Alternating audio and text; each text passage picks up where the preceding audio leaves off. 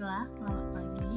Saya Grace Irene Margareta Silitonga akan menjelaskan sebagian dari materi mengenai globalisasi sumber daya manusia dan teori upah. Nah, melalui video pembelajaran ini akan melengkapi tugas mata kuliah workshop ekonomi sumber daya manusia dan ketenagakerjaan, di mana dosen pengampu dari mata kuliah ini adalah Ibu Lenti Susana Saragi, SPD MSI. Baiklah, ini dia videonya. Baiklah, dalam slide ini kita akan mempelajari mengenai konsep teori dan sistem pengupahan, di mana yang akan kita bahas di sini adalah 5 materi. Yang pertama, mengenai teori penentuan upah dalam ekonomi konvensional. Yang kedua, sistem upah. Yang ketiga, sejarah singkat dan dinamika pengupahan di Indonesia. Yang keempat, masalah pengupahan. Dan yang kelima yaitu kebutuhan hidup dan pengupahan. Yang pertama, kita akan membahas mengenai teori penentuan upah dalam ekonomi konvensional. Sistem pengupahan di suatu negara didasarkan pada filsafah atau sistem ekonomi negara tersebut.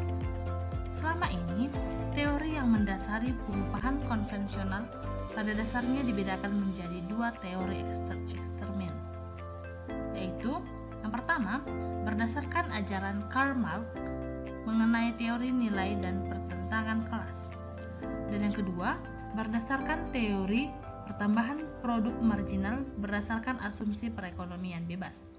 Sistem pengupahan pertama pada umumnya dilaksanakan di negara penganut paham sosialis, sedangkan sistem pengupahan kedua banyak dipakai di negara berpaham kapitalis. Di antara 2 kutub ekstrim tersebut, terdapat beberapa teori tentang pengupahan yang masing-masing punya kelebihan dan kekurangannya. Berikut adalah teori-teori pengupahan dalam ekonomi konvensional. Yang pertama, teori upah menurut nilai dan pertentangan kelas. Teori nilai menurut Karl Marx berpandangan bahwa hanya buruh yang merupakan sumber nilai ekonomi. Nilai suatu barang tergantung pada nilai dari jasa buruh atau jumlah waktu kerja yang dipergunakan untuk memproduksi barang tersebut. Selanjutnya, yang kedua itu ada teori upah menurut pertambahan produk marginal. Nah, yang kedua, menurut teori neoklasik mengemukakan bahwa dalam rangka memaksimumkan keuntungan tiap-tiap pengusaha menggunakan faktor-faktor produksi sedemikian rupa, sehingga tiap faktor produksi yang dipergunakan menerima atau diberi imbal sebesar nilai tambahan hasil marginal dari faktor produksi tersebut. Yang ketiga, teori upah berdasarkan batas kebutuhan hidup minimum pekerjaan. Teori upah berdasarkan kebutuhan hidup minimum pekerja ini merupakan salah satu teori tertua dan penetapan upah yang dilontarkan oleh Adam Smith. Teori ini mendasarkan falsafahnya pada pandangan bahwa harga suatu kerja upah pada hakikatnya adalah pengeluaran kerja. Oleh karena itu, upah harus sama dengan harga kebutuhan-kebutuhan hidup pokok pekerja dan orang yang menjadi tanggung jawabnya yang berupa pangan, sandang, dan papan. Penetapan upah berkaitan dengan jumlah jiwa yang menjadi tanggung jawab kepala keluarga. Pengikut pendapat ini berpandangan bahwa kenaikan tingkat upah akan berpengaruh pada pertambahan penduduk. Kelebihan upah di atas kebutuhan barang dan jasa akan akibat bertambahnya jumlah anggota keluarga pekerja. Efek selanjutnya yaitu pertambahan anggota keluarga akan berakibat pada meningkatnya penawaran tenaga kerja sehingga berakibat pada penurunan tingkat upah. Selanjutnya adalah teori upah berdasarkan keuangan perusahaan. Nah, teori ini berpandangan bahwa tingkat upah dipengaruhi oleh jumlah penduduk yang membutuhkan kerja dan jumlah keuangan atau yang disebut modal yang disediakan perusahaan untuk membayar upah pekerja. Teori ini dibantah karena fokus pada pihak perusahaan untuk membayar upah kerja tanpa melihat penawaran tenaga kerja.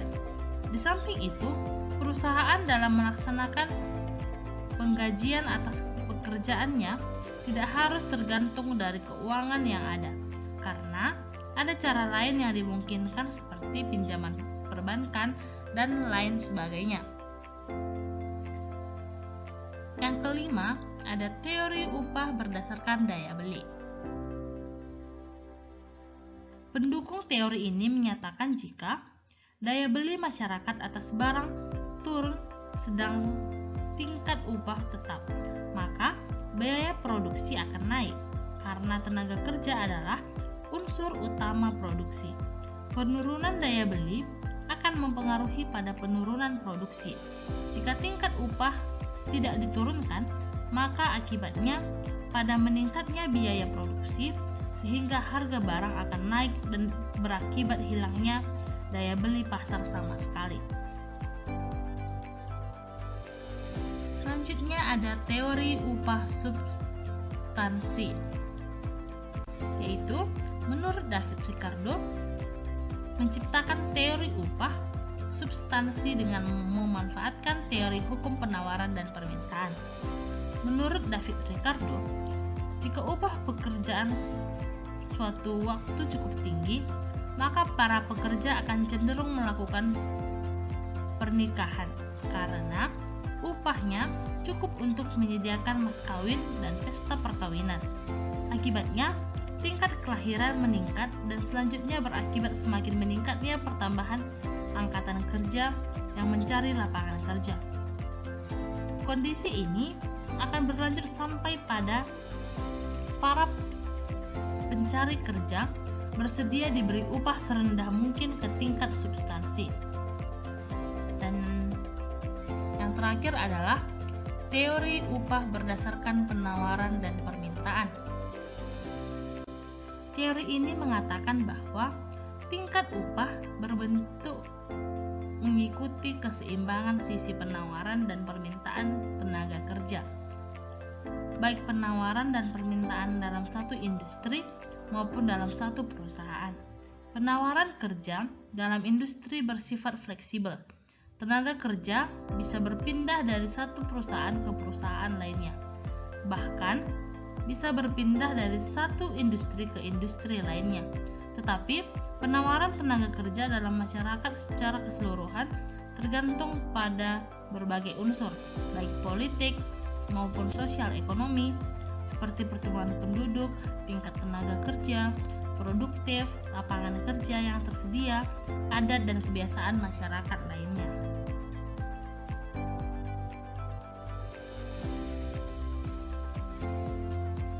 Dalam ekonomi konvensional, terdapat sejumlah faktor-faktor yang mempengaruhi tingkat upah. Pada awalnya, banyak peneliti menganalisis faktor-faktor penentu dan perbedaan tingkat upah disebabkan oleh faktor modal manusia. Teori modal manusia sering digunakan dalam model ekonomi untuk menjelaskan keadaan pasar tenaga kerja. Model-model manusia yang dikembangkan oleh Becker, Mincer menggunakan pendekatan neoklasik, yaitu pekerja dibayar berdasarkan nilai output marginalnya. Perbedaan upah disebabkan perbedaan daya output margin buruh atau produktivitasnya.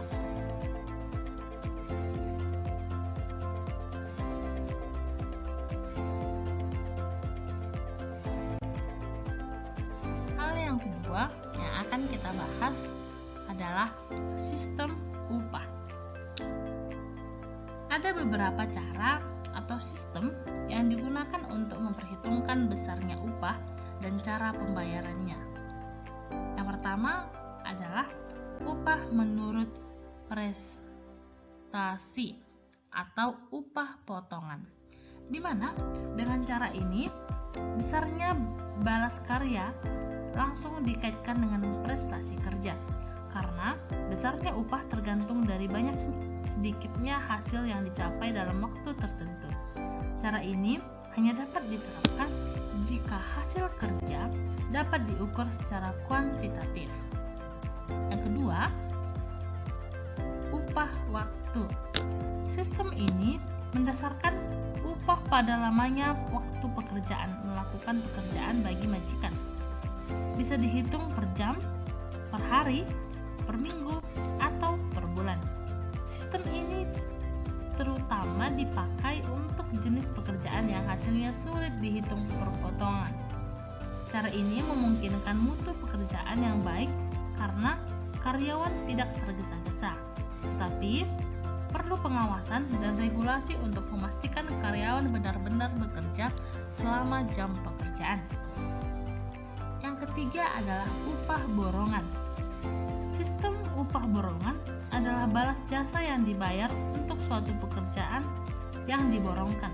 Secara memperhitungkan upah ini kerap kali dipakai pada suatu pekerjaan yang diselesaikan oleh suatu kelompok pekerja. Untuk seluruh pekerjaan ditentukan suatu balas jasa yang kemudian dibagi-bagi antara pelaksana. Misalnya untuk pembangunan gedung, pembuatan sumur, dan lain sebagainya. Yang keempat adalah upah premi. Sistem upah ini merupakan kombinasi antara upah waktu dan upah potongan, di mana upah dasar untuk prestasi normal berdasarkan waktu atau jumlah hasil. Apabila seorang karyawan mencapai prestasi yang lebih dari itu, ia diberi premi. Premi dapat juga diberikan misalnya untuk menghemat waktu dan bahan baku, kualitas produk yang baik, dan lain sebagainya. Dan yang terakhir adalah upah bagi hasil. Sistem ini banyak dipakai di bidang pertanian dan dalam usaha keluarga, namun juga dikenal di luar kalangan itu, yang mana karyawan itu menerima bagian dari keuntungan bersih perusahaan, bahkan diberi saham perusahaan tempat mereka bekerja, sehingga ikut menjadi pemilik dan mendapatkan bagi hasil.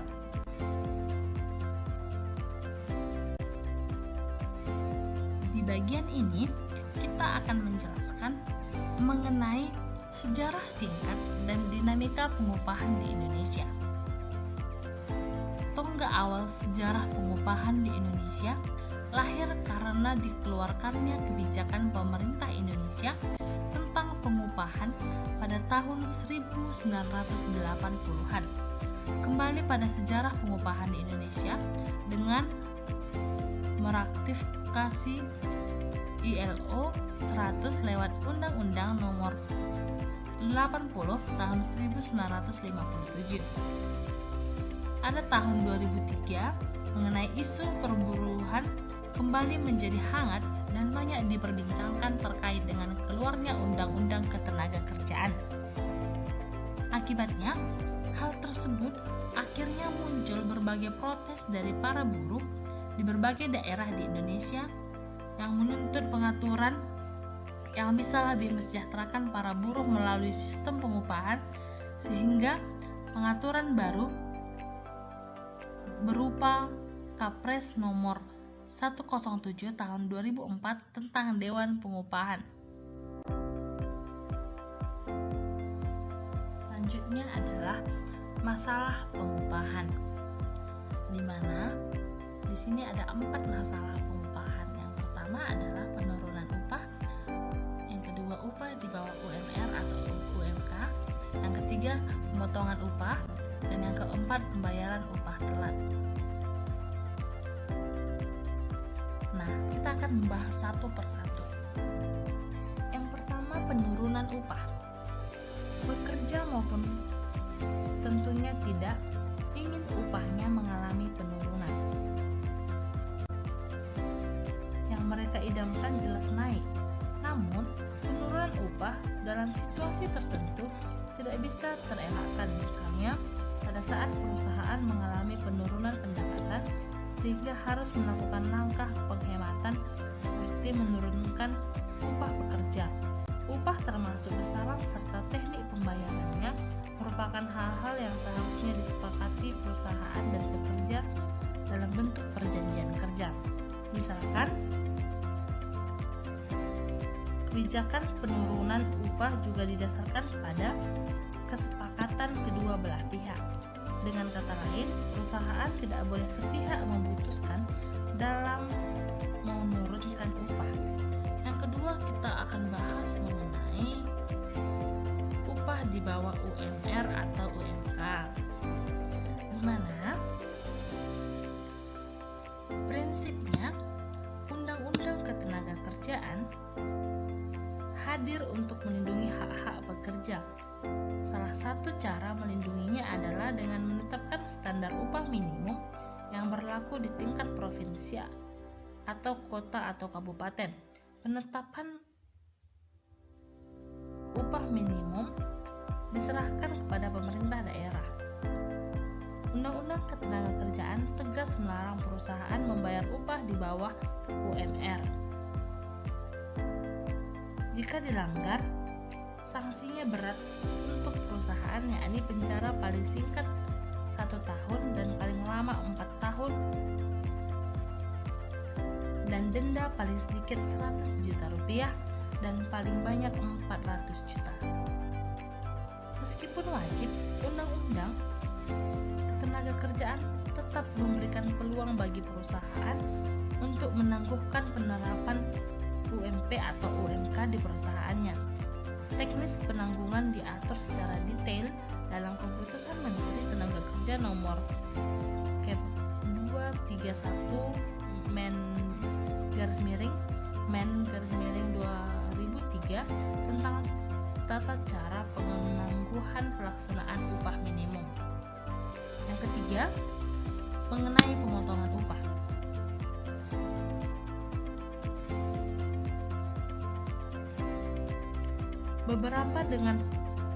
Berbeda dengan penurunan, pemotongan upah diatur dalam PP Pengupahan. Prinsipnya, pemotongan upah boleh dilakukan oleh perusahaan sebagai bentuk denda, ganti rugi, atau uang muka upah. Teknis pelaksanaan pemotongan merujuk pada peraturan perusahaan, perjanjian kerja bersama atau perjanjian kerja. Pemotongan upah sebagai bentuk denda dapat terjadi jika pekerja dianggap melanggar ketentuan dan perjanjian kerja, peraturan perusahaan, atau perjanjian kerja bersama. Peraturan pengupahan menegaskan bahwa pemotongan upah hanya dibolehkan maksimal 50% dari setiap pembayaran upah yang diterima oleh pekerja. Dan yang terakhir adalah pembayaran upah telat. Pada prinsipnya, perusahaan harus membayar upah pekerja pada waktu yang telah disepakati, sebagaimana tertuang dalam perjanjian kerja. Apabila terlambat, maka konsekuensi bagi perusahaan cukup serius, yakni hukuman denda yang teknisnya diatur secara detail dalam Peraturan Pemerintah Pengupahan. Pasal 55 Peraturan Pemerintah Pengupahan menyebutkan denda bagi perusahaan yang terlambat membayar upah mulai dari hari keempat hingga ke-8 adalah sebesar 5% per hari dari total upah yang seharusnya dibayarkan. Jika melewati hari ke-8, upah belum juga dibayarkan, maka dendanya ditambah lagi 1% per hari dengan ketentuan bulan ini tidak boleh melebihi 50% dari total upah yang seharusnya dibayarkan. Apabila lebih dari sebulan, upah juga belum dibayar, maka denda yang dikenakan tidak hanya 5+1%, tetapi juga ditambahkan dengan bunga merujuk pada suku bunga yang berlaku di bank pemerintah. Sebagai catatan, sanksi denda tetap tidak bisa menyampingkan kewajiban perusahaan untuk membayar upah pekerja. Selanjutnya adalah kebutuhan hidup dan pengupahan. Berdasarkan Peraturan Presiden Nomor 78 Tahun 2015 tentang pengupahan, Kebutuhan hidup layak yang selanjutnya disingkat dengan KHL adalah standar kebutuhan seseorang pekerja atau buruh untuk mendapat hidup layak seperti fisik dalam 1 bulan, yaitu KHL juga menjadi dasar dalam penetapan upah minimum. Sejak diluncurkannya Undang-Undang Nomor 13 Tahun 2003 tentang Ketenagakerjaan, pemerintah menetapkan standar KHL sebagai dasar dalam penetapan upah minimum seperti yang diaturkan dalam pasal 88 ayat 4 peraturan mengenai KHL diatur dalam Undang-Undang Nomor 13 Tahun 2003 tentang Ketenagakerjaan dan Peraturan Presiden Nomor 78 Tahun 2015 tentang pengupahan. Pembahasan lebih mendalami mengenai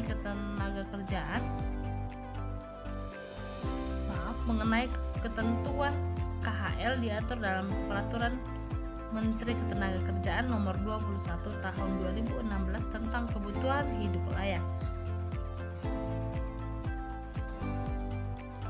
Berikut adalah standar KHL, terdiri dari beberapa komponen, yaitu yang pertama makanan dan minuman, yang kedua sandang dan perumahan, yang ketiga pendidikan dan kesehatan, yang keempat transportasi, rekreasi, dan tabungan.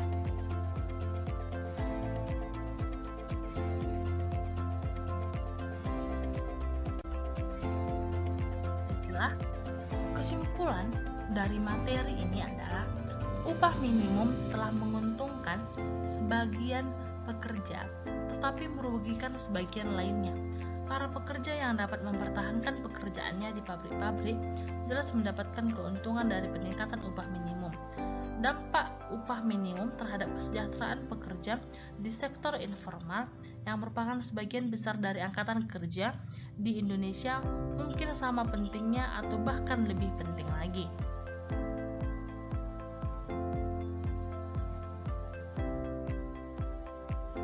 Salah satu bidang yang penting untuk dikaji di waktu yang akan datang adalah bagaimana dampak pengangguran, kesempatan kerja di sektor modern dari upah minimum berpengaruh terhadap penghasilan real dari mereka yang bekerja di sektor informal.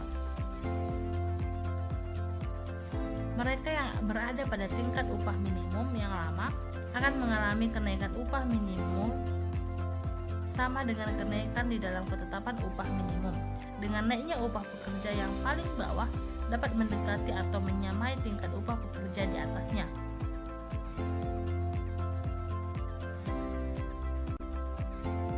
Baiklah, sekian hasil dari video pembelajaran yang saya buat.